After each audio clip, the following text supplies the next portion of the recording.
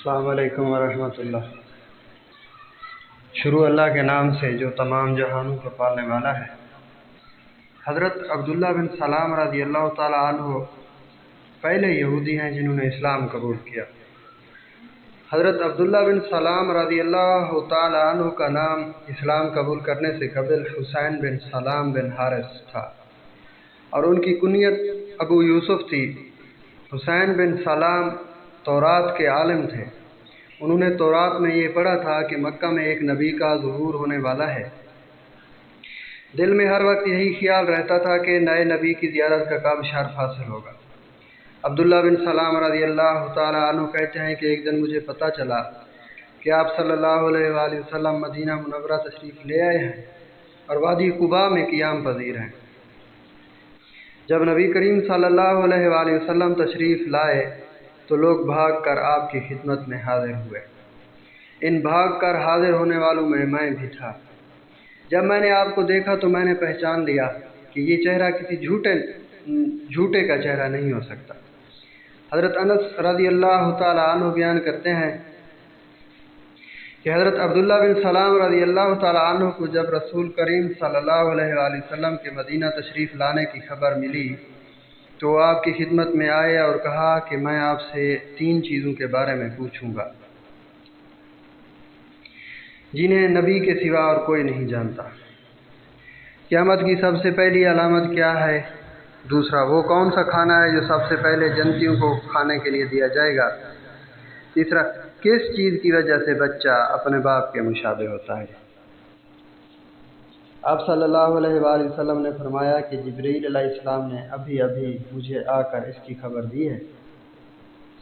پہلے سوال کا جواب، قیامت کی سب سے پہلی علامت ایک آگ کی صورت میں ظاہر ہوگی جو لوگوں کو مشرق سے مغرب کی طرف ہانک لے جائے گی۔ دوسرا جواب، سب سے پہلا کھانا جو اہل جنت کی دعوت کے لیے پیش کیا جائے گا وہ مچھلی کی کلیجی پر جو ٹکڑا ٹکا رہتا ہے وہ ہوگا۔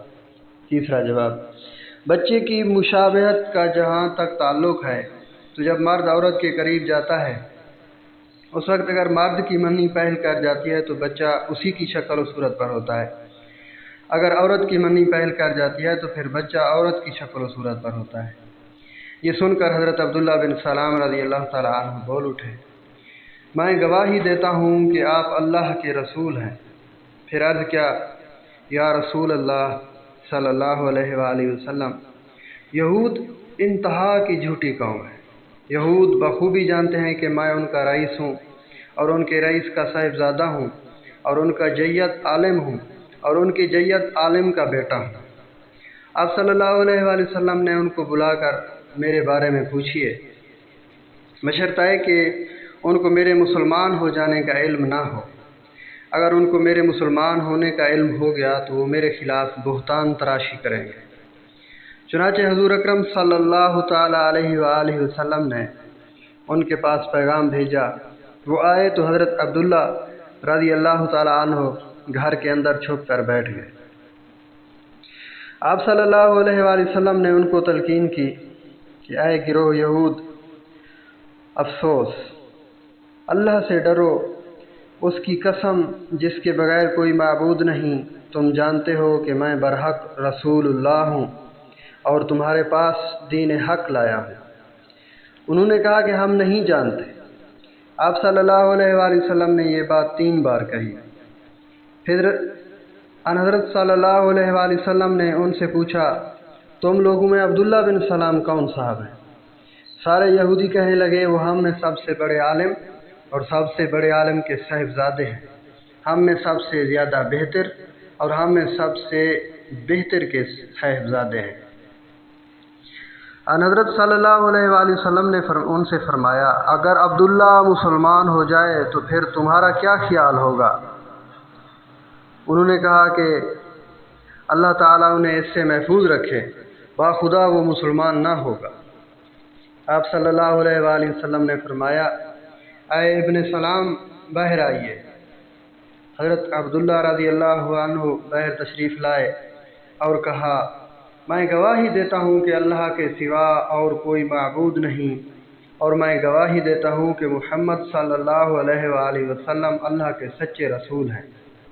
اے معتبر یہود، اللہ سے ڈرو، واللہ تم خوب جانتے ہو کہ آپ صلی اللہ علیہ وآلہ وسلم اللہ کے رسول ہیں اور آپ دین حق لے کر آئے ہیں۔ انہوں نے کہا تو جھوٹ بولتا ہے۔ اب وہ سب ان کے متعلق کہنے لگے کہ ہم میں سب سے بدترین اور سب سے بدترین کا بیٹا ہے۔